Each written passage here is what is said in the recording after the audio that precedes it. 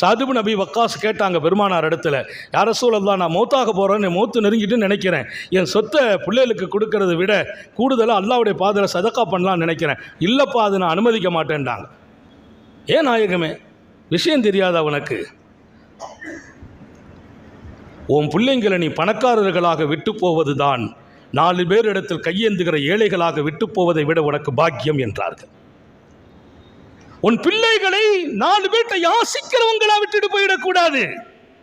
தேவையில்லாதவர்களாக, பிறர் பக்கம் தயவு கூறாதவர்களாக உன் மக்கள் செல்வங்களை நீ விட்டுட்டு போகணும். அல்லாஹ் நம்ம எல்லாருக்கும் தௌஃபீக் செய்வானாக. அதுதான் நான் விரும்பும் வாழ்க்கை என்கிறார்கள் பெருமானார். ஒரு ஆன்மீக தலைவர் என்று எங்கோ முத்திரை குத்தி விடாதீர்கள். ஒவ்வொரு தனி மனிதனும் வளர்ந்து நிற்க வேண்டும் என்று ஆசைப்பட்ட தலைவர். நம்ம பிள்ளைங்க இன்னொருத்தங்கிட்ட போய் கையேந்த கூடாதுங்க. அப்படி இடத்துல நான் நிறுத்திட்டு போறேன் பாருங்க, அதை விட சிறந்த வாழ்க்கை என்ன?